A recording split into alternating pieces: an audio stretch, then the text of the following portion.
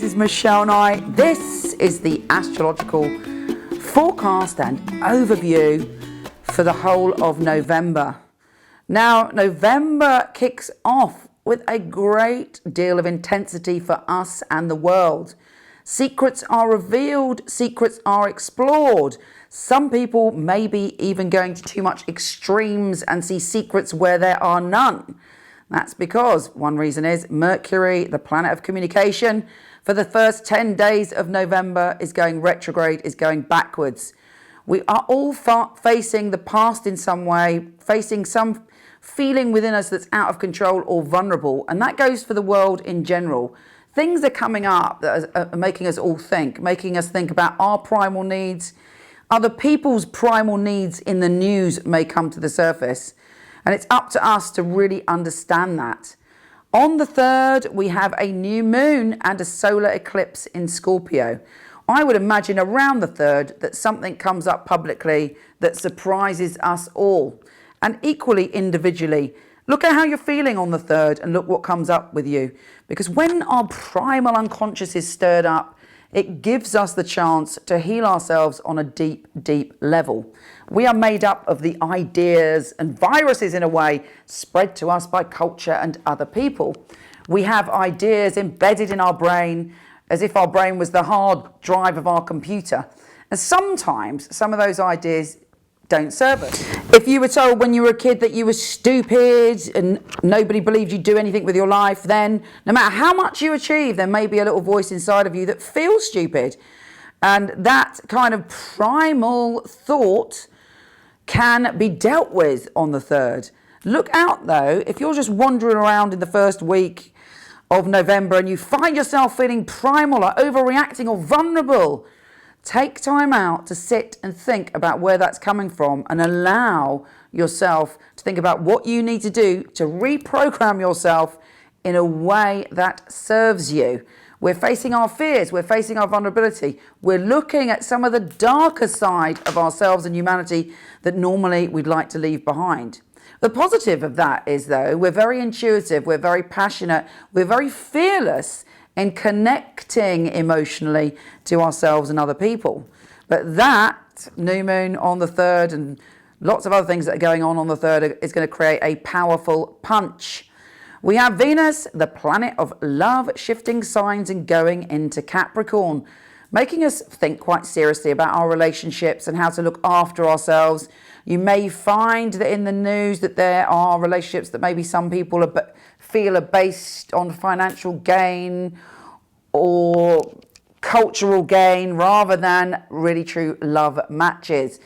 We have an echo coming to us and we're being urged really to be responsible for ourselves in our relationship and look after ourselves in our relationship as well as other people. But it is also about commitment, how committed we are when it comes to our love journey. And that doesn't mean committed to other people necessarily.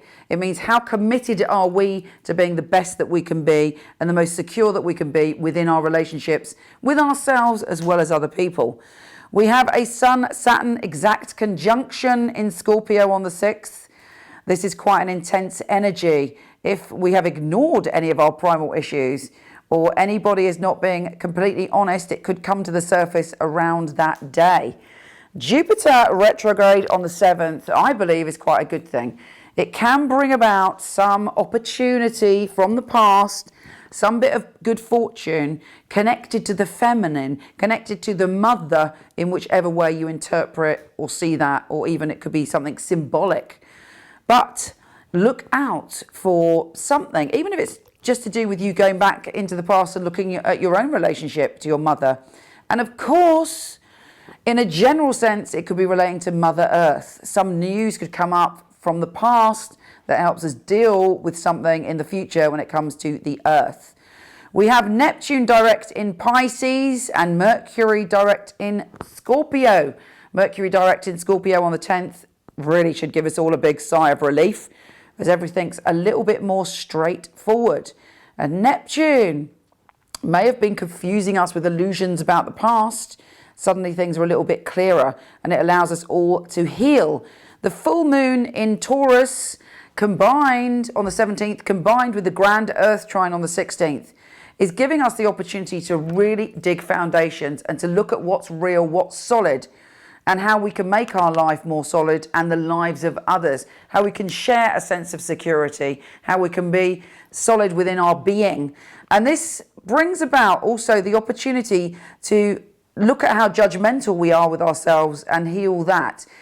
Being judgmental with yourself isn't necessarily, certainly isn't probably healing yourself. It's more likely to throw you off balance. With Mars in Virgo at the moment, it's quite difficult because there's a tendency to want everything to be just right to forge our foundations.